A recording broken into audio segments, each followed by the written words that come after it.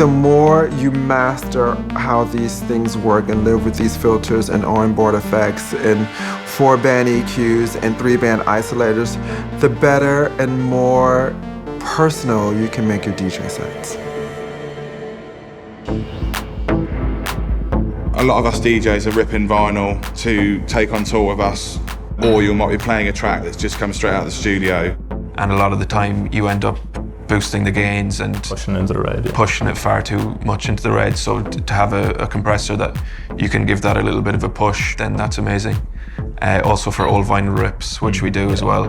Dance music from the past, from disco to early house, was all analog. So there are a lot lower in sound output. And using that compressor basically made it sound like it could have been made yesterday, you know, really brought it to life. If you've got a waveform with claps and lower parts like that, it brings up the bits that are quiet without bringing up the bits that are already high. So you'll feel more volume in the body of the song rather than the whole thing just becoming louder, which obviously causes tracks to clip.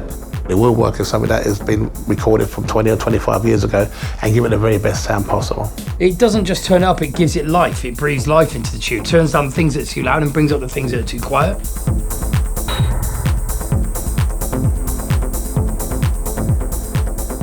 People have different views on what good sound is, depending on the musical landscape of the city or the country. They always set up a booth EQ for what they think is what you want to hear. I'm not stuck with what the engineer or the sound guy has set the EQ of the bass to be. There's so many times, especially with festivals, you get to the booth monitors are too bassy. And then in some places it'll be too many highs, and which is what really screws up your hearing. Got a hole in my right eardrum, so for me, mids and tops can sometimes be too harsh on certain systems.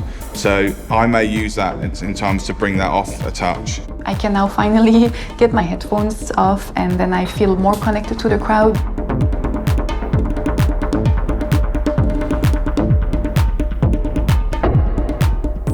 The 4-band EQ now is like essential for us in mixing. You get rid of the low, but the low mid's still there, you know, sticking its nose in. So sometimes it's nice just to be able to curve things off slightly.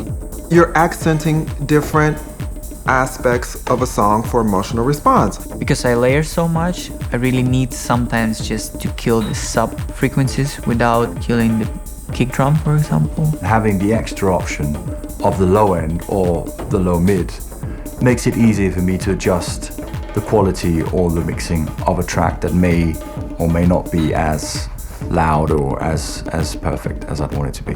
You can tweak up that mid bass, generate some atmosphere before you're bringing in the actual bass. There are stories of Chicago guys playing with the bass out for like an hour and then like getting it in there again. DJing isn't just about me performing music to people. DJing is that whole feeling of that the crowd and you creating something together.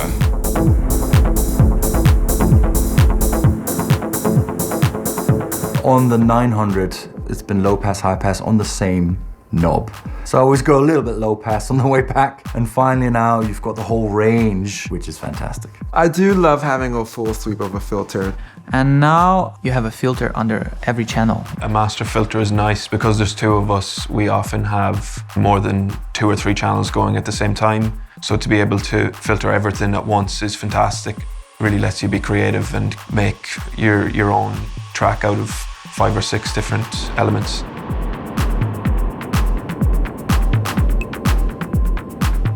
A lot of people use the isolators to build the energy, whereas we would use it more as a sound engineering tool to tune the room. The versatility options are endless for this. When I have 4 or 5 channels coming in at once, I can't like high pass 5 filters at the same time. That doesn't work. And so with that master isolator, I can do that for the entire mix at once, and that makes it a really powerful tool. Having an isolator is something that, you know, mixes, especially with that a level of technology on it, don't have. If the room isn't that good and it maybe needs some more highs or more lows or more mids, then you can just add it yourself. You don't have to do it on the EQs itself. If we feel that our music sits better in a bassier scenario compared to the DJ playing before or after us, I think then we could change that to our own preference, which is very nice. Just having that isolator to be able and you can take everything out, but of everything, and then just with the turn of one knob, bangs back in. If you're three or four deck mixing and you want to create atmosphere, create sort of a moment in the track where you're dropping the bass out of the whole mix, maybe you've got 3 or 4 tracks going, that's going to be exciting to use. DJing is channeling emotions. It's a form of expression. Creating an atmosphere, creating a mood, creating moments. I'm really focused on the crowd just to make sure they have a good time. For me, that's like the priority of my sets.